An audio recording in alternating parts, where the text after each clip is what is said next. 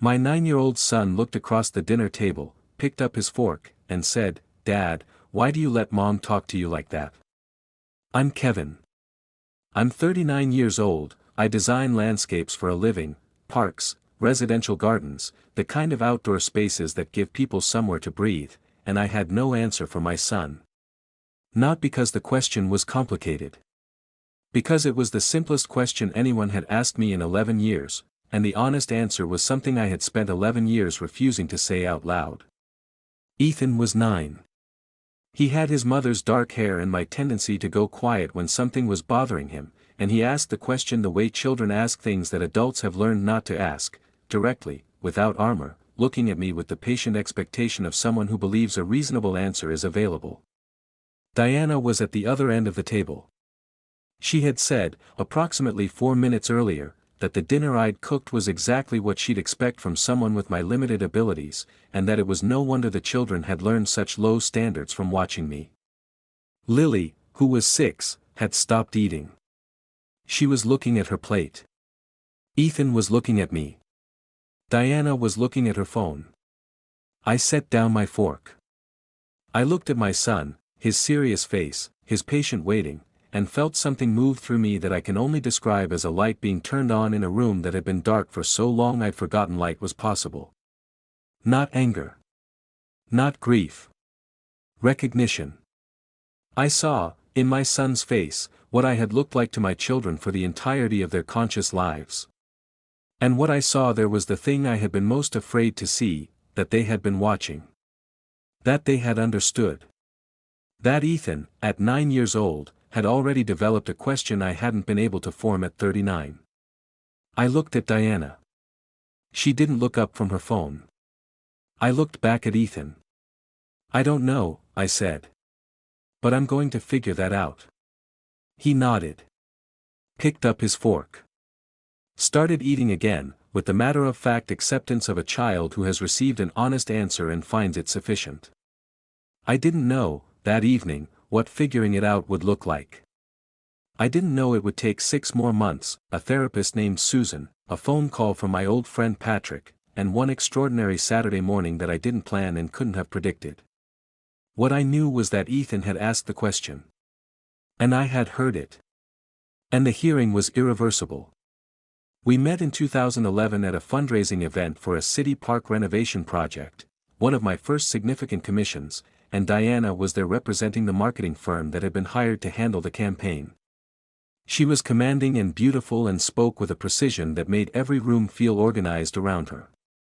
I was 30, newly established, still building the professional credibility I'd been working toward since graduate school. She chose me. That's how it felt then, and the feeling was intoxicating. Diana did not stumble into relationships, she selected them with the same intentionality she brought to everything. Being selected by someone that's certain of her own standards felt, at 30, like confirmation of something I'd wanted to believe about myself. We married in the spring of 2013. Ethan arrived 2 years later. Lily came in 2018.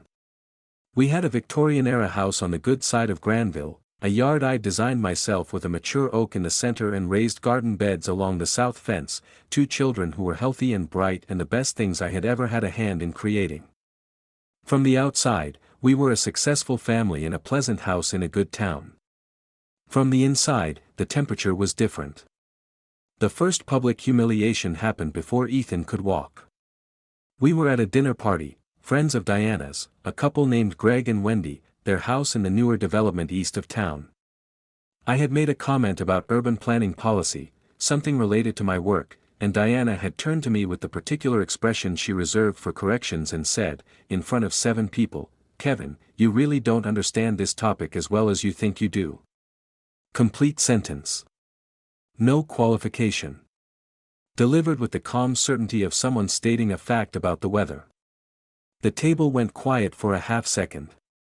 Then the conversation moved on, the way conversations move on from small awkward moments, and I smiled and redirected and the evening continued. But something shifted in my chest in that moment, a small, specific contraction, the first of what would become a familiar internal sensation. I didn't name it then. I told myself she was direct, that directness was one of the things I admired about her, that I had been overreaching in the conversation and she'd been right to calibrate it. I had not been overreaching. It was my professional area of expertise. I knew that. I chose her version anyway. That was the template. Not a dramatic beginning, just a small choice, made in a social setting, to prioritize her certainty over my own knowledge. I made that choice again the following month. And the month after that.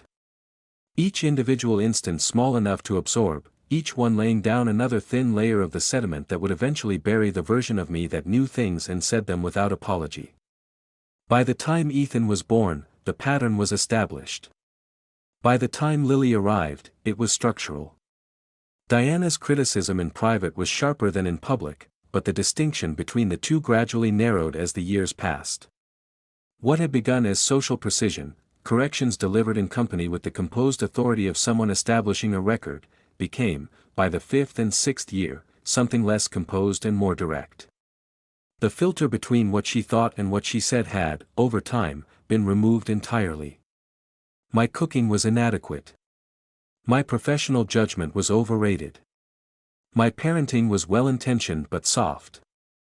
My opinions were formed without sufficient information.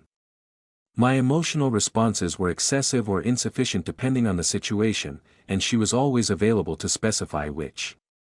I told no one. That was my specific failure in this story, not the staying, which had its own complicated logic, but the silence. The shame-based, carefully maintained silence that kept the inside of our house entirely separate from everyone outside it. Patrick called every few weeks and I told him things were fine.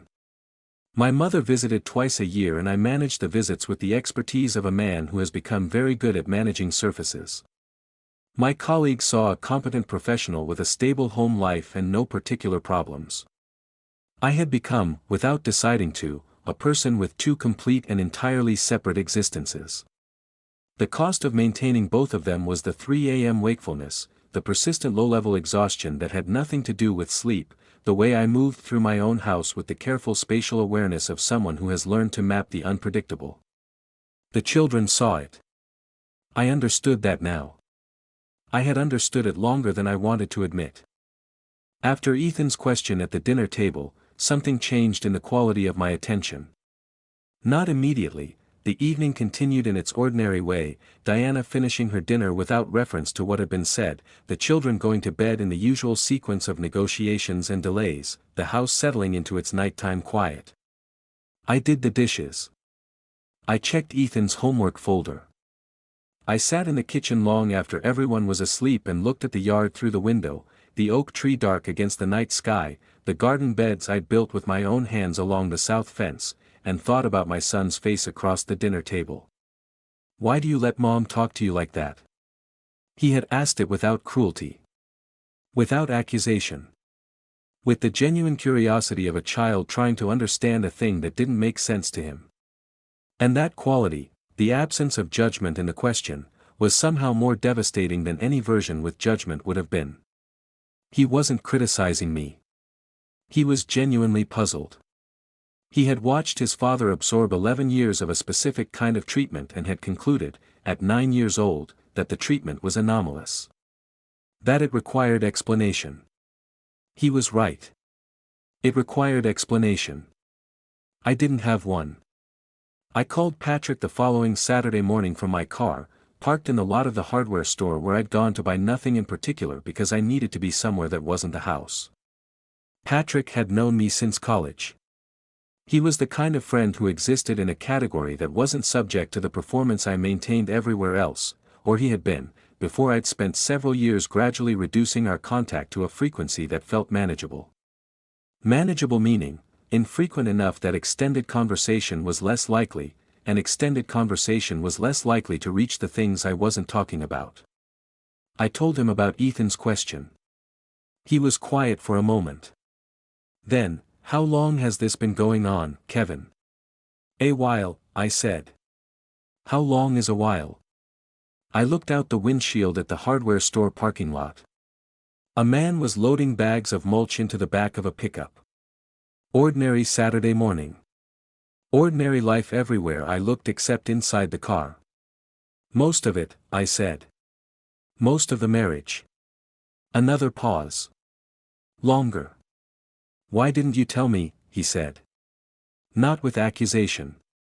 The same quality Ethan had had, genuine puzzlement. Because saying it out loud makes it real, I said. And because, I stopped. Because what? I looked at the man loading mulch. He closed the tailgate and got in the truck and drove away. Simple as that. Because I was ashamed, I said. I thought if I told anyone, they'd ask why I stayed. And I didn't have an answer that didn't make me sound weak. Patrick's exhale was long and slow. Kevin, he said. You have 2 kids who are watching this. You understand that, right? I understand that now, I said. Ethan made sure of it. He recommended a therapist. A woman named Susan who worked out of an office above a bookstore on Granville's Main Street, who Patrick had seen briefly during his own divorce 3 years earlier. He said she was direct and precise and wouldn't waste my time. I called her that afternoon. The first session with Susan was the most uncomfortable hour I had spent in years, not because she challenged me aggressively, but because she didn't. She listened. She asked questions that were so carefully placed that answering them honestly required me to hear my own answers in a way I hadn't before. When I described the dinner party comment, the first public humiliation, the urban planning remark, the table going quiet, she said, "And what did you tell yourself about that in the moment?" That she was probably right, I said. Were you an expert on the topic? Yes. So she wasn't right? No. But you chose to believe she was. I sat with that. Yes. Why? I didn't answer immediately. The question sat in the room between us, patient and specific, waiting. Because the alternative, I said finally, was understanding what it meant that she said it. Susan nodded. She wrote something on her notepad. She didn't show me what it was. But I already knew what it was. I had always known. I had simply spent 11 years choosing not to write it down. I want to be honest about what the next 3 months looked like, because they were not a clean progression toward resolution. I was seeing Susan weekly. I had told Patrick the truth. I had heard Ethan's question and let it land where it needed to land. And yet I went home every evening to the same house and the same dynamic and the same careful navigation of Diana's moods, and the gap between what I was understanding in Susan's office and what I was living in the kitchen was wide enough to be its own form of suffering. Susan called this the threshold period. The time between seeing clearly and being able to act on what you see, which is not instantaneous and is not a personal failing, it is simply the lag between cognition and capacity, between knowing the right thing and having built enough of yourself back to do it. I was building. Quietly, incrementally, the way you build a retaining wall, one course of stone at a time, the work invisible until there's enough of it to hold something. What I was also doing, with Susan's guidance, was paying attention differently. Not investigating, I had nothing to investigate in the way of hidden information. Diana's behavior was entirely visible. What I was doing was documenting it, not for legal purposes yet, but for my own. A journal I kept in a locked drawer in my studio, recording specific incidents with dates and approximate times. Not dramatized. Not editorialized. Just, Thursday, March 4th, Diana told Ethan at breakfast that his father had no head for practical things and that he should come to her when he needed a real answer. Saturday, March 7th, Diana described my handling of the contractor dispute to her mother on the phone as typical of my general incompetence. I was in the next room. She knew I could hear. Writing them down did something I hadn't expected. It made them real in a different way than experiencing them had. The experience had always been absorbed, metabolized, filed away. The written record didn't metabolize. It stayed exactly as it was. Date, incident, words spoken, who was present. Ethan's name appeared in 31 of the 64 entries I made over 3 months. Lily's name appeared in 19. I sat with those numbers one evening in my studio and felt something I hadn't felt clearly in years. Not quite anger, I had spent so long suppressing anger that accessing it cleanly required practice. Something more like moral clarity. The specific, cold, unmistakable understanding that whatever had been done to me was one category of problem, and what was being done to my children was another category entirely. I called Patricia, a family law attorney recommended by Susan, which I later understood was a referral she made often. The initial consultation was an hour. I described the situation in the language I'd developed over 3 months of careful documentation, specific, factual, unemotional. Patricia listened and made notes, and at the end she said, "You have a solid foundation here. The children's exposure is significant. I want you to keep the journal, and I want you to understand that what you're describing, if it continues at this level, will be relevant in a custody proceeding." I hadn't thought yet about custody as a distinct battle. I had been thinking about leaving as a single movement. Patricia helped me understand it was a sequence, and that the sequence required preparation. One thing I had not anticipated was Diana's brother Mark.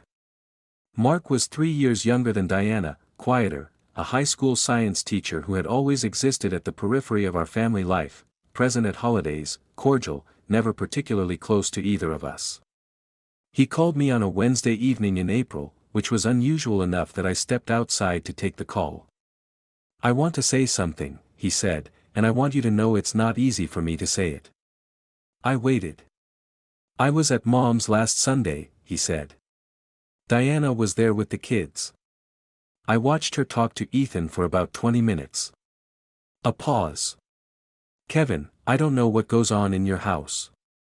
But what I saw on Sunday, the way she spoke to him when he disagreed with her about something small, I've been thinking about it all week." I kept my voice even. "What did you see?" "The same thing she does to you at family dinners," he said. "The correction. The tone. Except Ethan's 9. Another pause. "I should have said something years ago about how she talks to you. I told myself it wasn't my place. I'm saying something now because he's a kid and it is my place." I thanked him. I meant it completely. After I hung up, I stood in the backyard in the April evening and looked at the oak tree and the garden beds and the yard I had designed and built and maintained for 11 years, the best physical work I had ever done, present and real and entirely mine, and understood that I had been ready for longer than I'd known. The preparation was done. What remained was the movement. The Saturday morning happened 6 weeks after Mark's call, and it was not planned. Diana and I had been coexisting in the house with a quality of surface normalcy that I had become skilled at maintaining. The performance of ordinary marriage that I had been giving for years, now continued with the additional layer of a man who knew it was performance and was counting the days until it ended. What I had not accounted for was Patrick. He drove up from Columbus on a Friday evening, nominally to visit, in reality because he had been worried about me since our parking lot phone call and had decided that worry expressed from a distance was insufficient. He stayed in the guest room. Diana was cordial to him at dinner in the way she was cordial to everyone outside the house, warm, engaged, the version of herself that the world received. Patrick watched her the way I had watched her for years, except Patrick hadn't spent 11 years being trained to normalize what he was seeing. He watched with fresh eyes and said nothing that evening. Saturday morning. I was making breakfast, eggs, toast, the ordinary weekend routine. Ethan and Lily were at the table. Patrick was sitting with his coffee near the window. Diana came downstairs, looked at the eggs, and said, without apparent awareness of or concern about the audience, "You always overcook them. I don't know why you bother." The room went quiet. Not the usual quiet, not the learned silence of people who have absorbed this sound so many times it barely registers. A different quiet. The quiet of Patrick, who had not learned silence, sitting very still with his coffee cup and looking at Diana with an expression I had never seen directed at her before. She noticed it. She had the social acuity to notice it immediately. "What?" she said, to Patrick. The tone was light but the word was a warning. Patrick set down his coffee cup. He looked at her for a moment with the measured calm of a man deciding whether to say something. Then he looked at Ethan. Then back at Diana. "Ethan," Patrick said, "would you and Lily go check if the backyard gate is latched? I thought I heard it earlier." Ethan looked at me. I nodded. He took Lily's hand and they went outside. The kitchen was very quiet. "You do that every time," Patrick said to Diana. "Every meal. Every conversation. I watched you do it at dinner last night and again just now." He wasn't loud. He wasn't aggressive. He had the tone of someone making an observation they are confident about. "In front of your kids." Diana turned to me. "Is this what you've been telling him?" "Patrick's describing what he saw," I said. "He's been here for 18 hours. "Long enough," Patrick said. She looked between us. The controlled surface was intact but there was something different beneath it, not chastened. Diana did not do chastened, but recalibrating. Reading the room, finding it changed. "This is between Kevin and me," she said. "It was between Kevin and the kids at dinner last Tuesday," I said. "And the Tuesday before that." Something shifted in her face. The specific shift I had seen before, the assessment, the recalibration, the moment she understood that the usual mechanism wasn't producing the usual yield. "Kevin," she said. Her voice had changed register. Quieter. The voice she used when the performance needed adjusting. "We can talk about this. We can work on this." "I know we can," I said. "I've been ready to work on it for years." "You weren't interested in working on it. You were interested in continuing it." She looked at me for a long moment. "I've spoken to an attorney," I said. "I have a journal. I have 64 entries over 3 months. Mark called me in April. Patrick drove 4 hours yesterday." I paused. "I'm not angry at you, Diana. I want you to know that. But I am done." The word landed the way I had rehearsed it in Susan's office and in my own head and in the backyard at night looking at the oak tree. It landed with the specific weight of a word that has been true for a long time and is being said out loud for the first time. She didn't cry. Diana, in my experience, did not cry, or not where others could see. She stood very still in the kitchen and looked at me with the expression I associated with her most private moments, unguarded, uncertain, stripped of the composure she wore like infrastructure. "The children," she said finally. "Will have 2 parents who are present and functional," I said. "That's a better outcome than what they have now." She didn't argue that.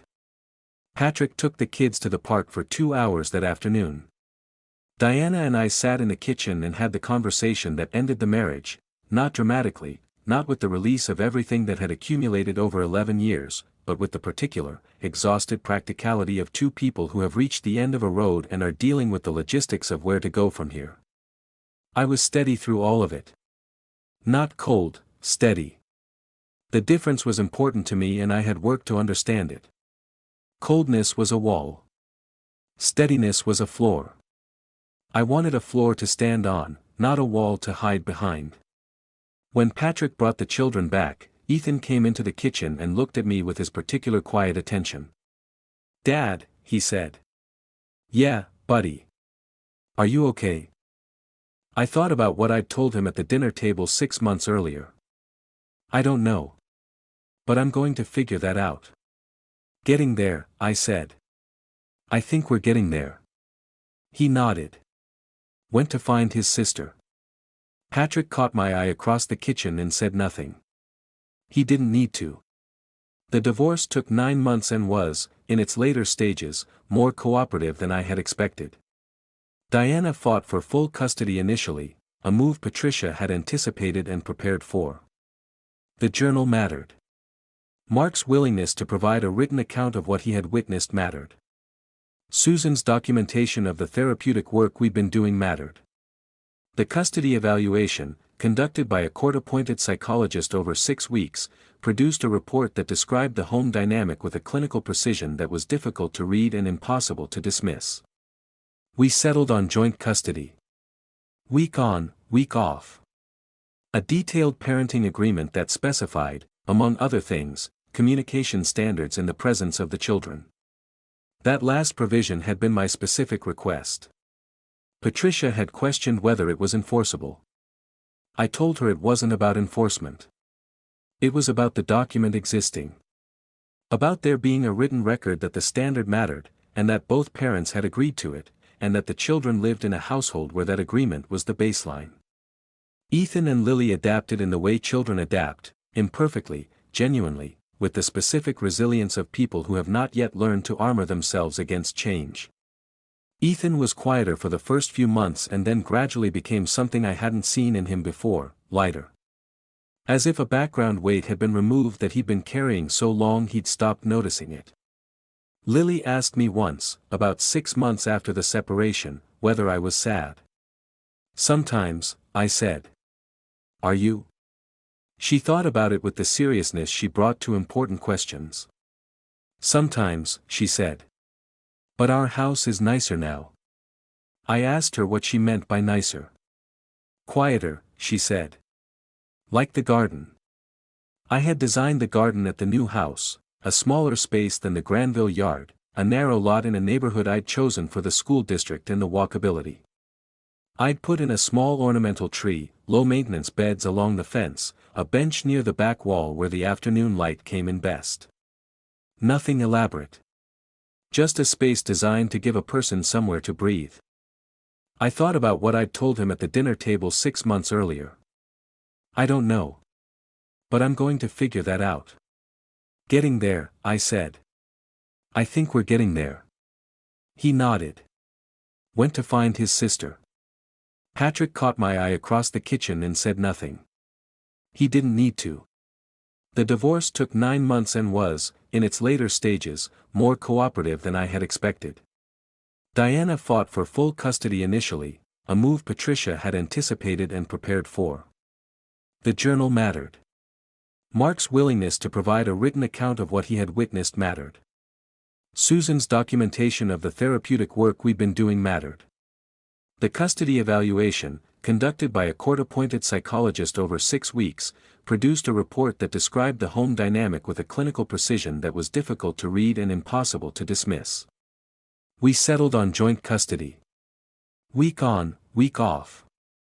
A detailed parenting agreement that specified, among other things, communication standards in the presence of the children. That last provision had been my specific request. Patricia had questioned whether it was enforceable. I told her it wasn't about enforcement. It was about the document existing. About there being a written record that the standard mattered, and that both parents had agreed to it, and that the children lived in a household where that agreement was the baseline. Ethan and Lily adapted in the way children adapt, imperfectly, genuinely, with the specific resilience of people who have not yet learned to armor themselves against change. Ethan was quieter for the first few months and then gradually became something I hadn't seen in him before, lighter. As if a background weight had been removed that he'd been carrying so long he'd stopped noticing it. Lily asked me once, about 6 months after the separation, whether I was sad. Sometimes, I said. Are you? She thought about it with the seriousness she brought to important questions. Sometimes, she said. But our house is nicer now. I asked her what she meant by nicer. Quieter, she said. Like the garden. I had designed the garden at the new house, a smaller space than the Granville yard, a narrow lot in a neighborhood I'd chosen for the school district and the walkability. I'd put in a small ornamental tree, low-maintenance beds along the fence, a bench near the back wall where the afternoon light came in best. Nothing elaborate. Just a space designed to give a person somewhere to breathe. Lily liked to sit on the bench after school. I met Caroline in the spring of the second year after the divorce, not seeking anything, simply present in my own life in a way I hadn't been in a long time. She was a landscape contractor I'd hired for a commercial project, and she had opinions about drainage systems and soil composition that she stated without apology, and she laughed at something I said about a particularly difficult client in a way that was entirely unguarded and real. I noticed that. The unguarded laugh. How rare it had become in my experience and how immediately I recognized its value.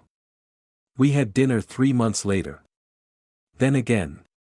The relationship developed with the unhurried pace of two people who have both been somewhere difficult and are in no rush to move faster than the ground they're standing on will support. I told Susan about Caroline in one of our last sessions before I concluded the formal therapeutic work. Susan said, "How does it feel?" "Different," I said. "In a way I don't have good language for yet." "Try anyway." I thought about it. "Like designing a space for someone who actually wants to be in it," I said. "Rather than designing around someone who's tolerating the space."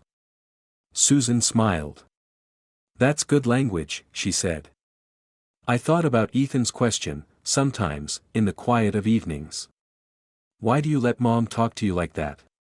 The question that had no answer until it became the answer, the question whose asking was the beginning of the answer's construction. He was 10 now. Still quiet, still watchful, still the person in the room who noticed things without being asked to notice them. He'd started a project at school involving local ecosystems, mapping the plant communities in Granville's public parks, categorizing them, understanding what supported what. He'd asked me to help him identify some of the species. We spent a Saturday morning walking through Riverside Park with a field guide, and he asked questions about soil and light and what made certain plants thrive in certain conditions, and I answered them with the full weight of everything I knew, without qualification, without apology, in the voice of a man who has remembered that he knows things worth knowing. On the way home, he said, "You're good at this stuff, Dad." "It's what I do," I said. "I know," he said. "But you're actually good at it." I let that land where it needed to land. "Thanks, buddy," I said.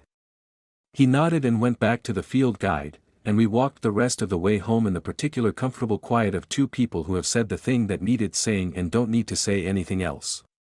Some silences are empty. Some silences are full. I had learned, finally, to tell the difference. What this story traces, beneath the surface of one marriage's collapse, is the mechanics of how a person disappears inside a relationship, not through a single violent act, but through the patient, cumulative erasure of small dignities across years.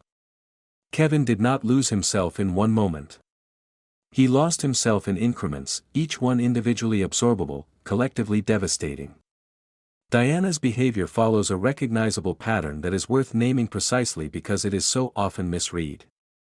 Overt narcissism with explosive tendencies presents differently from the covert variety. There is no subtlety in it, no careful calibration, no concern for how the behavior appears. Diana said what she thought, always, without filter, and the absence of filter was itself a form of domination. It communicated, consistently and unmistakably, that Kevin's feelings about being spoken to in that way were simply not a factor worth considering. His pain was irrelevant. His dignity was not a variable in her calculation.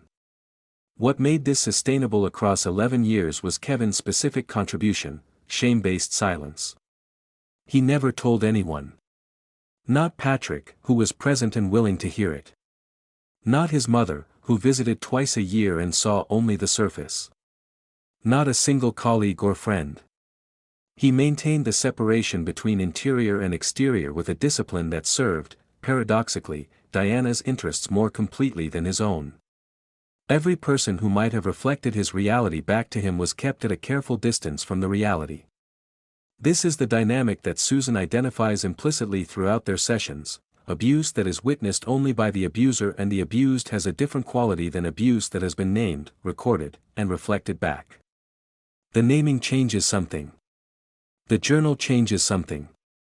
The act of writing Thursday, March 4th and describing, in plain language, what was said and who was present, that act performs a function that experience alone cannot. It makes the thing real outside of Kevin's own perception. It creates a record that doesn't metabolize, that doesn't bend to Diana's reframing, that simply sits as it is and says, "This happened." The role of the children in this story is its most ethically significant element. Ethan's question is the narrative pivot, but it is also something more. It is the testimony of a child who has been, without consent or understanding, enrolled as audience to his father's systematic diminishment. He did not ask to witness this. Lily did not ask to stop eating and look at her plate. The damage to Kevin was real and substantial. The damage to the children, the lessons they were absorbing about what relationships look like, about what fathers absorb, about what is normal, that damage was quieter and potentially longer lasting. This is the point at which Kevin's moral calculus shifts from personal to parental. He had managed his own pain for 11 years through accommodation and silence. He could not manage Ethan's question away. The question named something that no amount of internal management could reframe, because it came from outside his own psychology, from a 9-year-old who had no stake in the comfortable interpretation, who simply saw what was in front of him and asked about it. Patrick's arrival functions as the story's second witness, the external perspective that confirms what Kevin has been documenting privately. His presence in the kitchen on that Saturday morning produces the confrontation not through aggression but through simple visibility. Diana had operated, for 11 years, in a space where her behavior was seen only by people who had been conditioned to normalize it. Patrick had not been conditioned. He saw it fresh. And what he reflected back, through a single moment of sitting still with a coffee cup and an unguarded expression, was the same thing Ethan had reflected at the dinner table: this is not normal, and everyone in this room knows it. Caroline's presence at the story's end is not incidental. It serves a specific narrative function, demonstrating that Kevin's capacity for genuine connection was not destroyed by what Diana did to it, merely buried. The unguarded laugh he notices is the same quality he had loved, at the beginning, about Diana, before he understood what the filter's absence would cost him. Finding that quality again, in a person for whom it functions as warmth rather than weapon, is the story's most honest form of hope. What I keep returning to in this story is the journal. 64 entries over 3 months.